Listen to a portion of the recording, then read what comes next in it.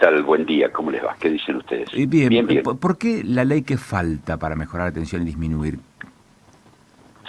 Bueno, este es un eslogan, digamos, una idea que han lanzado muchas instituciones y organizaciones de la comunidad, de la sociedad civil, respecto de las problemáticas que se encuentran cuando tratan de lograr que un familiar con problemas de adicción sea atendido, porque hoy la ley que rige este tipo de cuestiones es la ley de salud mental, una ley que... Hace unos días atrás se hizo viral el testimonio de la madre de Chano, por ejemplo, reflejando también la impotencia para poder hacer frente a esto, aun cuando se tiene el recurso para hacerlo.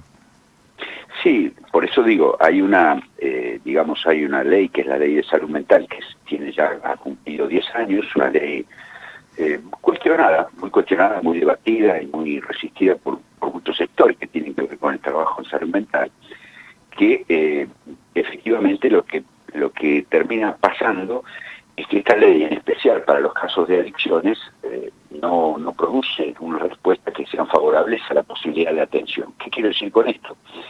La ley fue hecha con un contenido ideológico, vamos a decir así, muy, muy importante, que ellos mismos la rescatan como una ley de derechos, que tiene que ver con que, bueno, todo individuo, todo paciente tiene derecho a voluntariamente decidir si hace o no un tratamiento, voluntariamente decidir si es internado o no, tiene que existir la voluntariedad. En este sentido se fijan inclusive mecanismos judiciales para poder decidir la internación de un paciente con una problemática mental.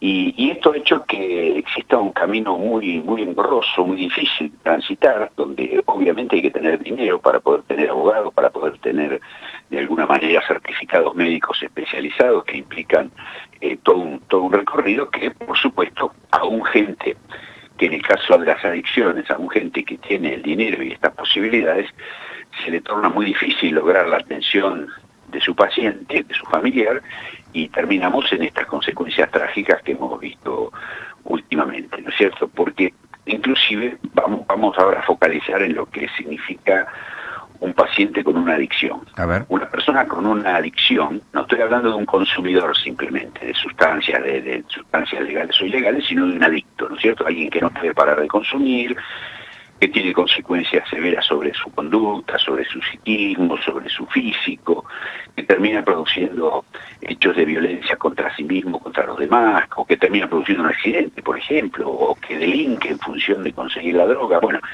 este tipo de pacientes necesitan de una internación, muchas veces que dura meses, o puede durar un año, 2 años inclusive, en lugares especializados, que evidentemente no puede regirse por la voluntad de esta persona, porque la voluntad de esta persona está quebrada por su adicción, por su dependencia de una sustancia.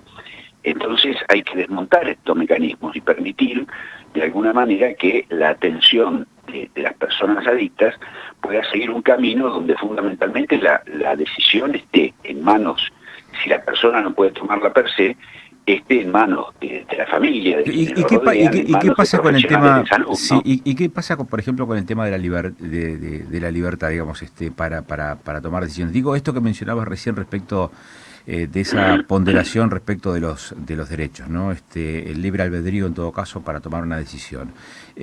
Porque no están dadas las condiciones, o se presume que no están dadas las condiciones para que la persona pueda decidir por sí misma con todas sus facultades a pleno.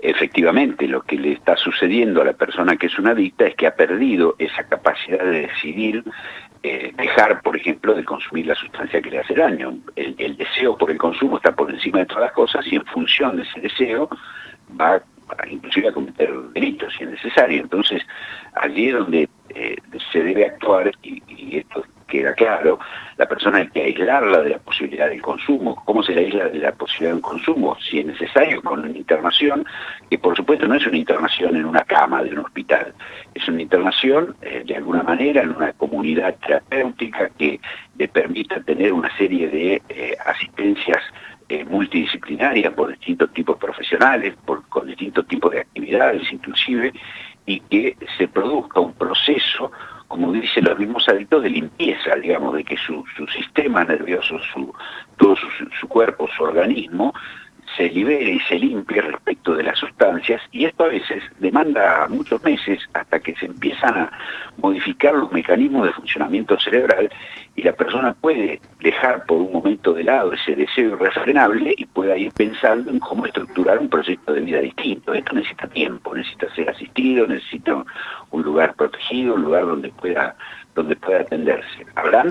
Estamos hablando acá de la última consecuencia. Claro, ¿no? perdón, Luis, pero lugares para atender este tipo de situaciones, para contener, existen, digamos, tenés algunos lugares llamados de desintoxicación. No, bueno, la desintoxicación es un primer periodo, que inclusive puede transcurrir incluso en un hospital general, puede transcurrir en una clínica privada, en algún lugar donde la persona tenga más que nada un control de tipo clínico, ¿no es cierto?, sobre su organismo, por todas las consecuencias que tiene. Esta desintoxicación dura un periodo de días, a veces de semanas, y ya está. Ahora, ¿qué sucede hoy en día? La persona a partir de ahí sale, el adicto en general, el momento en el que acepta un tratamiento es el momento crítico, el momento que se asusta o en el momento que cometió una situación grave. Entonces a partir de ahí acepta que sí, que tiene que salir de esa situación. En cuanto se estabilizó, esto, a ver, lo voy a llevar al plano de cualquier fumador que lo va a entender perfectamente.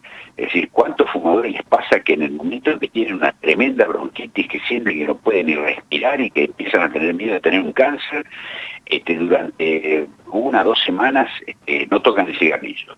Ahora, en cuanto se mejoraron, pudieron respirar y se sienten mejor, lo primero que sienten es el deseo de volver a fumar y empiezan a fumar de nuevo. Esto puesto en otros planos, con respecto al alcohol, con respecto a la cocaína, con respecto a las drogas sintéticas, pasa exactamente lo mismo. Entonces, acá hay que producir procesos que uno es de desintoxicación, que es un proceso agudo fundamentalmente, pero después hay procesos más prolongados de tratamiento que requieren, digamos, una sistemática de un tiempo mayor. Ahora, nosotros en la ley no solo proponemos esto queda claro, es lo que habilitamos a partir de la conformación de un plan nacional de atención del drogodependiente. Hoy no existe como plan nacional, hoy no existe una red nacional organizada que permita que las personas puedan ir desde un establecimiento de baja complejidad a uno de mayor complejidad a ser asistidos.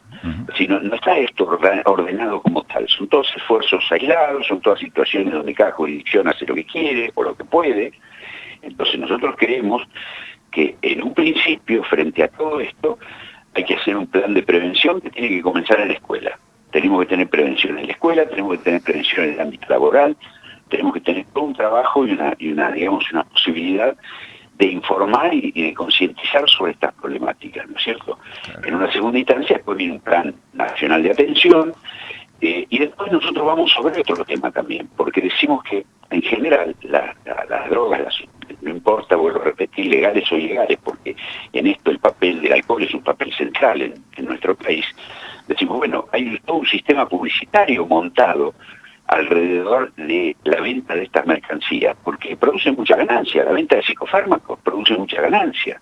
La venta de alcohol, la venta de tabaco, la venta de todas estas sustancias produce enormes ganancias. Entonces hay sistemas publicitarios montados sobre esta situación.Nosotros tomamos el ejemplo de lo que ha ocurrido con el tabaco y decimos, con el alcohol hay que hacer lo mismo, hay que prohibir absolutamente la publicidad del alcohol en todos sus términos, en especial frente a la ligación de alcohol y deporte, o el alcohol en los adolescentes y en los jóvenes. Es decir, no hablamos de prohibir el consumo, porque esto no es posible. Estamos hablando de que el Estado tiene la responsabilidad de limitar el acceso.